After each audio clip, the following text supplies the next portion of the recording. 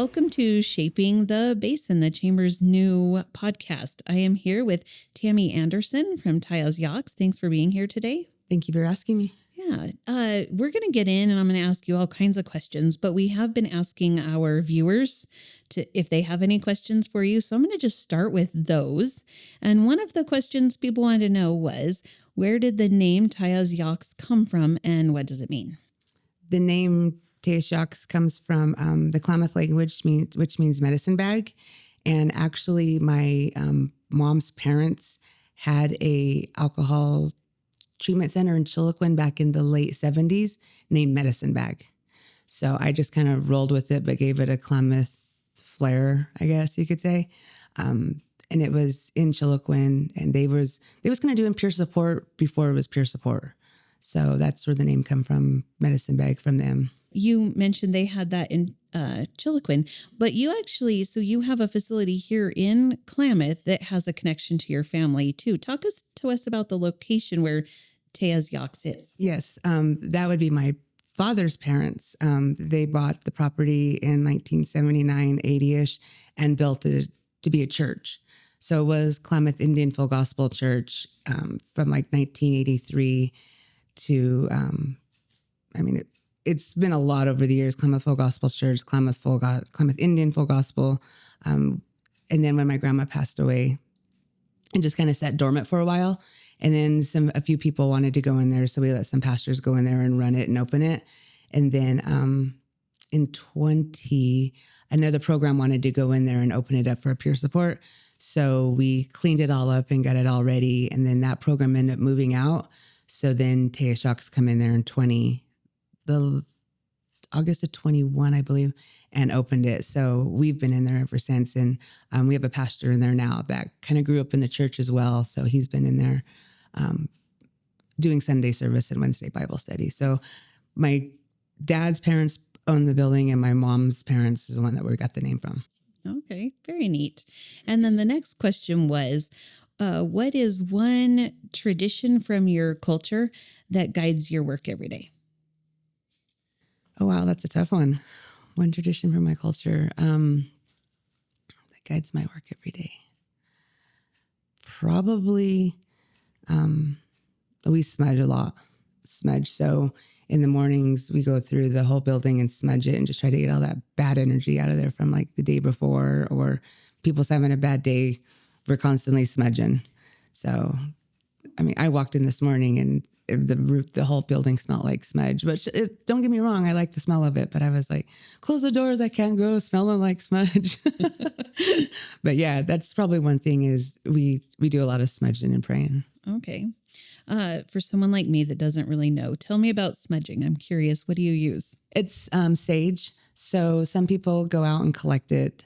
They bundle it and let it dry, and then we burn it. I know right now there's a lot of like lavender. People put lavender seeds on it. We do bucho, which is like a root, like a bare root, wild celery. We just burn it, or they use it in their tea for medicine. Thank you for answering those viewers' questions. They were a little tough. I thought they were fun questions, though. Yeah, they were super tough. Thank you. Yeah. So talk to us about Tyaz Yachts. What led you to start that? Well, me and my former business partner, like I said, was with another program, and we departed from them. And somebody had said, well, Measure 110 is coming out with the money. I can't even think of what it is now. It's been so long. Was it the one that legalized yes. everything, and then the money was supposed to go for treatment? I can't think of. It's called Measure 110. Measure 110. Yeah. So they said there's Measure 110 money. You guys should apply. So we just sat down at my kitchen table one night and we both filled out the application and we turned it in. And next thing you know, they told us we were one of like 20 people that got picked. So we was like, yikes, now the work begins. So we moved in there and moved into the building, like I said, and just started rolling with peer support, and it just kind of snowballed in from there. But that's how it got started. Somebody just suggested, you guys should apply. So we did. Well, talk to us about peer support. You've said that phrase a couple of times, but what is peer support that you're doing? Peer support is someone with lived experience, whether it be in addiction, incarceration, that has come out and got their life together in recovery, has a job, is doing super, super good. So everybody at all our peer supports have lived experience. They've either been to prison, have been in addiction, or both, and come out and they just have navigated the system. So if people need help, we've got a lot of people that come in and says, I'm just getting out of prison. I need help getting a job. So Silas will say, okay, I've been to prison. I know how to work the system, not work the system, but navigate the system. So, he gets them hooked up. If they need housing, he tries to find them housing. Eric is the same way. He's, was in his addiction, so he can kind of navigate the treatment center part of it. How to go about getting into treatment, how to navigate it, basically. How many peer support specialists do you have? Right now, we only have 5. We got the 3 in-house, and then we have 2 that was on the trailer, the outreach trailer that we had that is since shut down since March. But we have the 2, so we have 5 total. Why is it important to have an outreach vehicle versus just your location? An outreach vehicle would help. We meet them where they're at. So if they're not wanting to come to a building because they maybe don't want someone to see them, or it's the stigma, it's like, I don't want to go in there because of what they do, but they're more apt to go to a trailer that is offering, we offered like hygiene, snacks, Narcan, seasonal supplies, sleeping bags, tents. So it's easier to go into some place like that, and where they walk in and they get welcomed. Hey, not that they're not going to get welcomed at the center, but I think it's part of that stigma where you're going into a building that is known for this. I mean, even though the trailer is too, but it's around town, and I don't know how to explain it. What led you to this work? Because you at one time worked for the casino. Tell us about your story. I did. I worked for the casino for 10 years when it first opened. And then I left there and went to the tribe. Well, actually, before then, I went to the juvenile detention center. I was there for 15 years. And within that 15 years, that was just like an on-call job, but which turned into 15-year permanent weekend job. I left there, or not left there, but added on Tribal Health, was a non-emergency transport driver for 13 years. And then there was a gentleman that worked at Tribal Health that started his own peer support and kind of asked me if I wanted to be a part of it. And I was like, I don't know what that is. I have no idea. And so he kind of explained it to me. So I just kind of rolled into there. And then me and my former business partner, like I said, branched off from him. So this wasn't something that I had planned to do at all. I just kind of landed in it. So what drew you to this kind of work? What makes you put your heart and soul into this? Seeing people, their final or not outcome, but when they get that job, or when they get that driver's license, or just their success, like they graduate treatment court, because we do sit in treatment court as well. So yesterday we had a couple former clients that graduated and come in, and it was just happy that they graduated, and was like, thank you for all you did. I started out here and now I'm here and going to school, married, have a kid on the way. So that's pretty good. It's rewarding. Yeah, I would imagine. Can you, obviously protecting people's identities if you need to, can you tell us a story that's particularly inspiring or heartfelt that highlights what you do?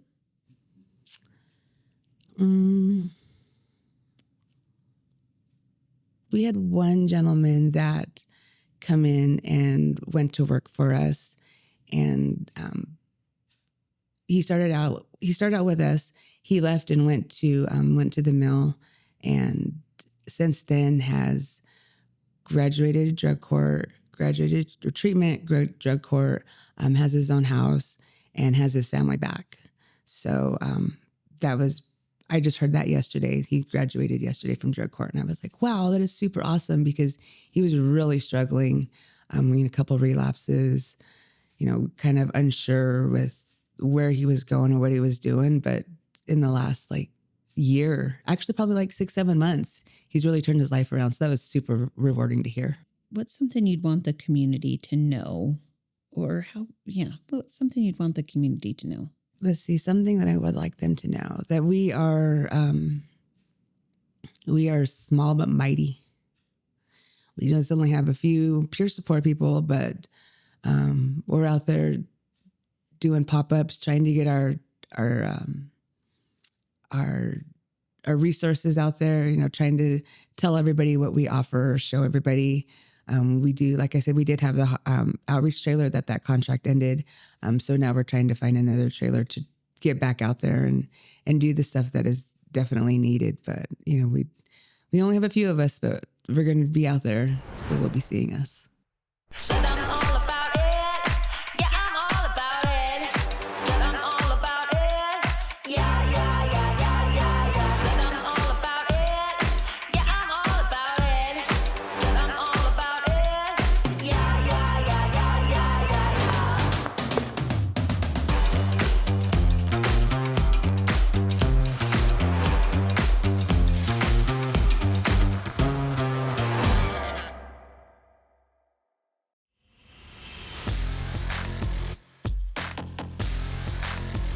If a picture says 1,000 words,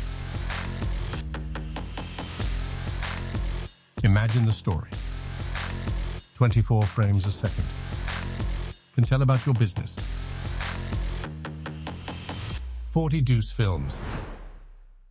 Talk to me about the kinds of things you do. Obviously, it sounds like there's probably some one-on-one talks, but you guys organize a lot of events to support the community.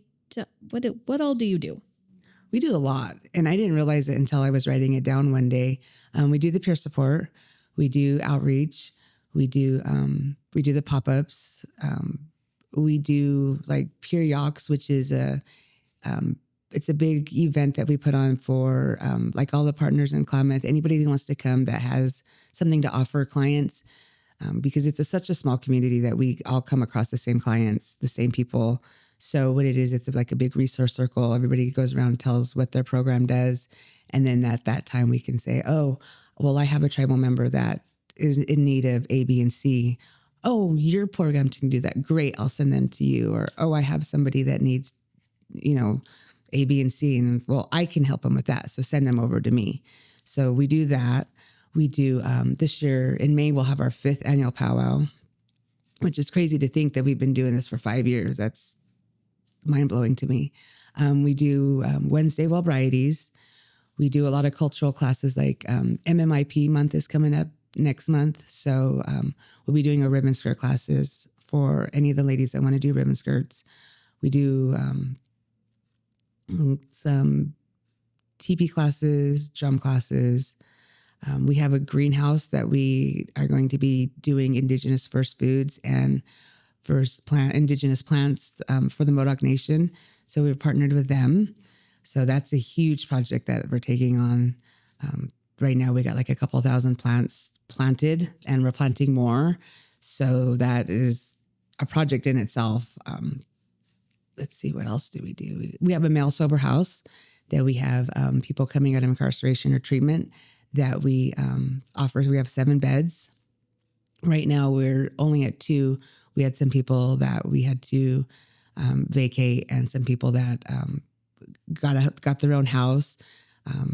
So that was super happy, or I was super, pleased with that. Somebody got their own house and was like, I'm moving back in with my family and whatever. So I was like, okay, congratulations and don't be a stranger, keep coming around.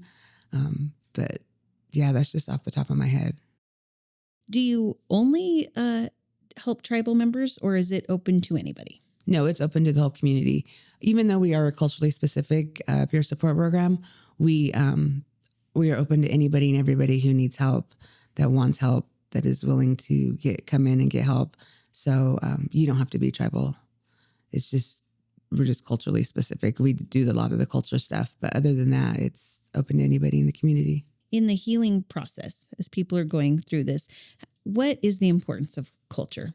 Being connected. being connected to whether you believe in the Creator or Jesus or whoever you believe in. It's all about connectedness. Yeah. So just being connected. Tell me, you mentioned the ribbon skirts and the indigenous first foods. What are some of those first foods? I'm curious that. So they have, and I'm learning too. So I was never a green thumb or never into growing anything until last year when we kind of just, the tribe was like, hey, we got some greenhouses. You want them? I was like, okay. So indigenous first foods would be like the wild celery, apaz, which is like a little peanut type. It's like on a white flour with a little peanut on it. The wild celery, bare root. They have wild strawberries. The Klamath plums, I believe, are indigenous to the Klamath. Those are all I can think of off the top of my head. I'm not quite sure. And what was the other part of your question? I think that was it. Okay. I think that was it. So going back to the people that you serve, right? You're talking about people that have dealt with some addiction, drug, alcohol, have been incarcerated. I think in a previous life, I worked for some public defenders, and there's a lot of stigma around it. When I think my question that I asked about maybe something that you'd want the community to know, how can the community help those that are in that recovery, even if they aren't peer support? Because I think there's some stigma. What are some things we can do better? Just support them and don't judge them. There's a lot of judgment out there with addiction and people being incarcerated, but just support them. I mean, addiction is probably something that's touched probably every single person, whether they want to admit it or not. But there's just got to support them and understand what the people in addiction, they think is real when it's probably not, but you just, have to support them and pray for them. Is addiction getting worse in our communities?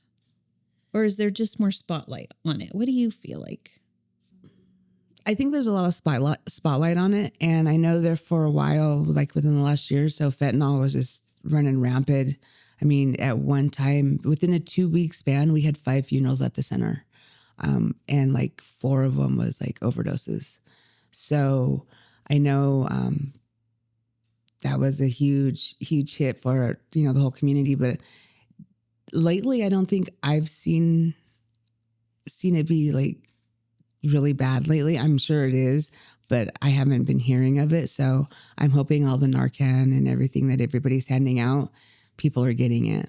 I know when we went to, when we had our outreach trailer in Chamal, they went into one particular, I think it was a bar, and they were welcoming it. Thank you. Bring us as much Narcan as you can. But there was a gas station up there that was like, no, we don't want it, because they didn't want to face the fact that there was people that was ODing in their bathroom. So one place up there was like, yes, please, we want to help. The other people was like, no, we don't want it. Please don't come in here with the harm reduction. So it's, you got some of them, some don't. I remember a few years ago when it was starting to, in our community, when people were starting to offer Narcan to people who might want to carry it, then I knew people that were saying, well, I don't know anybody that's using, but then you started to hear stories of people that aren't using but have been affected and stuff. So I think it's important for people to carry. You don't know. It is. It's really important for people to carry, and it's important for people to know about it, because I know at one time there was a gentleman that was like, no, that's just going to hurt him more. No, we don't want to enable him. And I'm like, it's really not enabling him. It's actually helping him, and since then he was a person in power at one of the tribal offices. And since then, they all have their own Narcan boxes now that they put up at all the tribal offices and fill them with Narcan. So that was, I was happy to see that he learned about it. And so the tribe has all their own Narcan boxes set up. And people are aware of how to use it now. And I mean, we had someone OD in our center that we had to use 4 Narcans on and CPR. So that was, super scary. And you don't, oh yeah, Narcan. And then when you actually have to use it and see it used, it takes on a whole new meeting. So it's very important. What's in the future for Tejas Yachts? Oh, wow. We are wanting to expand our services in other areas. We're wanting to maybe offer some services that we aren't now, like we're wanting to do bigger stuff. I really don't want to say right now. We have some things in the works, but we're wanting to expand our services to help more people. That's exciting. You probably partner with other organizations in the community. What does that look like? We do have some partnerships with community partners like KBBH.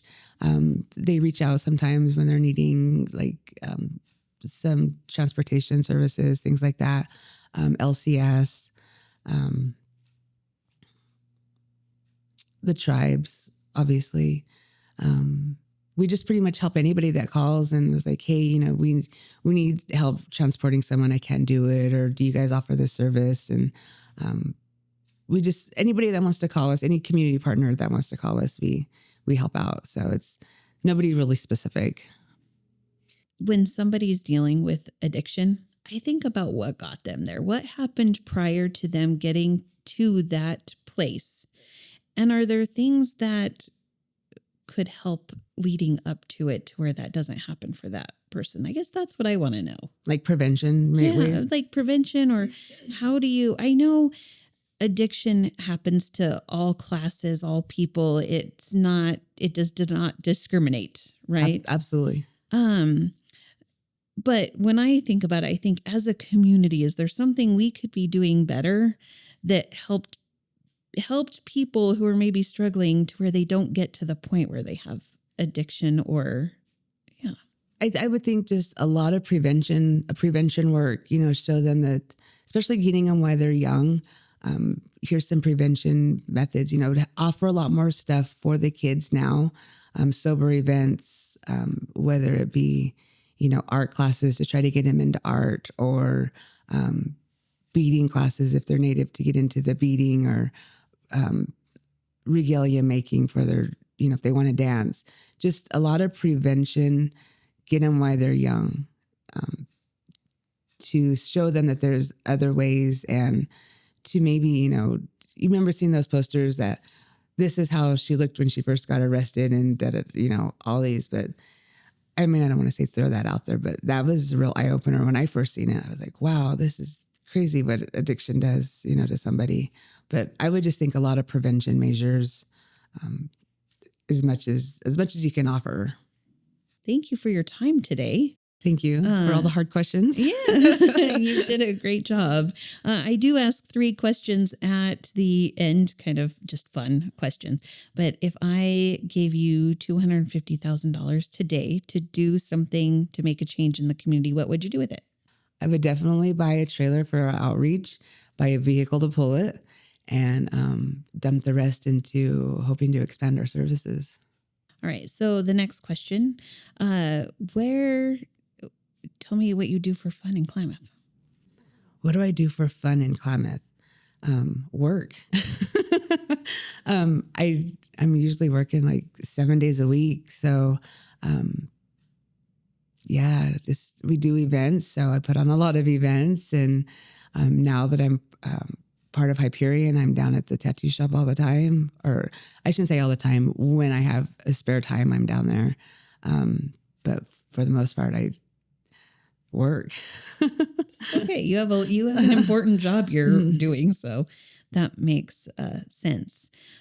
Tell me about one of your role models. That's the last question. My role models. That's probably the toughest question. I don't know about a role model. I never really. Someone from your family, maybe? I can ask another question if it really stumps you. Well, maybe my grandpa. Because of what even though he just built the church, he built it for a specific reason. He built that building for a place for because of the stigma, for a place for Natives to go and feel safe and worship. So I guess that's kind of what I want to do, is keep that going for anybody, not just Natives, but for anybody to go and feel safe and have a safe place to go. I hate that you made me cry. No, I love it. I love that, because what you're doing is a heart thing. And I love that part of why you're doing it is to honor his legacy and what he wanted to do with that building. So that's beautiful. So I guess that would be my role model, be my grandpa. And what was your grandpa's name? Miller Anderson. Beautiful. Thank you for sharing that with me. Thank you for your time today. Yes, thank you.